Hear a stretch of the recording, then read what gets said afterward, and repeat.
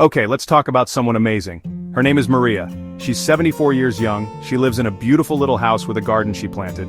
Photos on every wall. Each flower tells a story. She raised 2 children who now have families. They live a few states away. Distance is distance, but sometimes it feels a little quiet. Maria has lived a big, wonderful life. Lately, smiles mix with worry. She has early-stage dementia. Some days are clearer than others.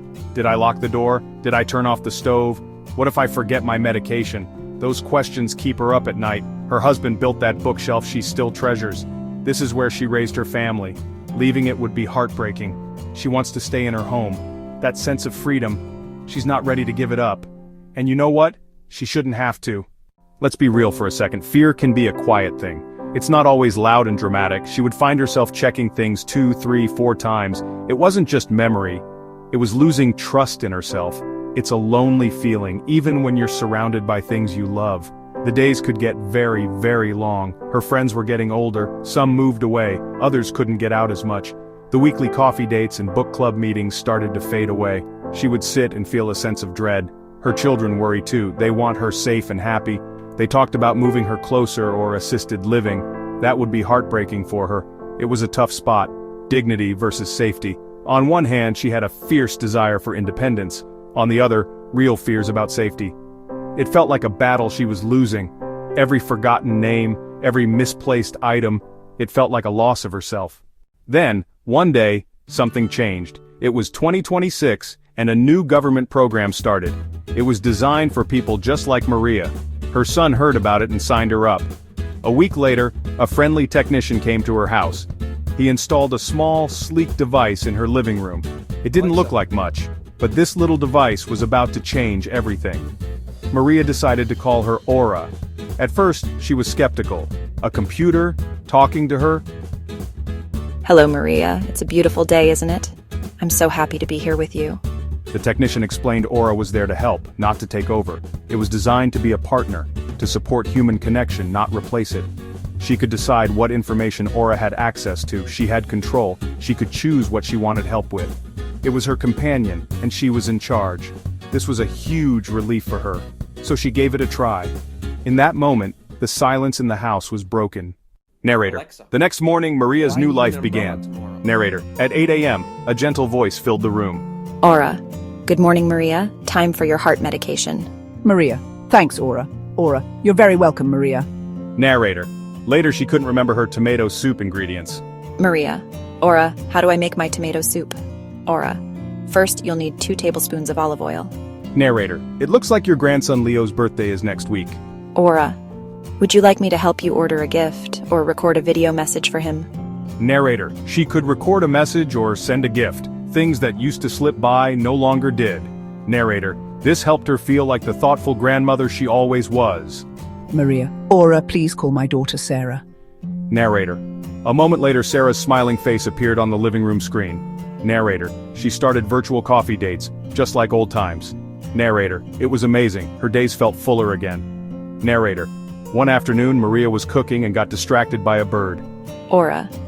Maria, it seems the stove has been on for a while. Is everything okay in the kitchen? Narrator.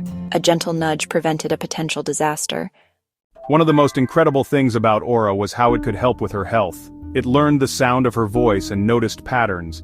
It didn't have cameras. It wasn't watching her in a creepy way. Everything was done with her knowledge and consent. One week, Aura noticed she was getting up more at night and speaking more slowly. Maria, I've noticed you seem a bit more tired lately. Would you like me to share this with Dr. Evans? Yes, Aura, that sounds like a good idea. With her permission, Aura sent a private summary to her doctor's office. Dr. Evans's nurse called Maria that afternoon. They realized a new medication might be causing side effects and adjusted the dosage.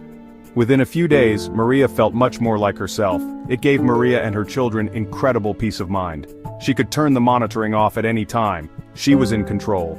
She was an active participant in her healthcare, not just a patient. One morning, Maria couldn't find her keys. Aura, where did I put my keys? It looks like your keys are on the kitchen counter, next to the fruit bowl. And there they were. A small frustration erased. Maria loved sending cards, but writing was hard on her hands. Aura, take a note for my nephew David. Dear David, happy birthday. I'm thinking of you and sending all my love, Aunt Maria. Aura helped print it or send it digitally. She never missed a birthday again. Aura, play some Frank Sinatra. The house filled with music that brought back happy memories. Maria, the light in the garden is beautiful this afternoon. Would you like some classical music while you paint? That gentle encouragement helped her rediscover painting. It brought her joy. These little nudges, small moments of support, added up to a life that felt vibrant again. She felt hopeful and free to enjoy her days again. The technology that helped Maria isn't science fiction. It's here right now. We have smart speakers that answer questions, play music, and set reminders. We have sensors that detect falls and changes in activity. We have telehealth platforms that let doctors connect remotely. The problem isn't a lack of technology. It's a lack of integration. For someone like Maria, managing 10 apps would be overwhelming. Aura brought everything together into one simple, seamless experience. It put the person at the center and made technology work for her. To scale this, we need collaboration between tech companies, healthcare providers, and government. Platforms that are open and can talk to each other are essential. It also means focusing on senior-friendly design and community programs to subsidize access. This shouldn't be a luxury. It should be accessible for everyone who needs it. We have the building blocks. We just need to be the architects. It's time to connect the dots and build a future where everyone can age with dignity. What does Maria's story really tell us? It shows a third option, not lonely independence, not loss of freedom in a facility, but a better option. A future where technology and humanity work together. Where AI is a warm, supportive presence that helps people live fuller, safer, happier lives. For every Maria, there are millions facing the same fears. A system like Aura eases the burden on families and replaces anxiety with reassurance. It helps families feel like kids again. Calls become about laughter and stories, not safety checks. It requires investment, collaboration, and a shift in how we think about elder care. We must prioritize solutions that enhance human connection and preserve independence. Maria rediscovered her joy and confidence. The dementia is still there, but it no longer defines her. Her story gave hope to friends facing similar challenges. The sun is rising on a new era of care. Let's embrace it with open hearts and open minds and build a future where everyone can age gracefully. Her heart is full, and that is something worth dancing about.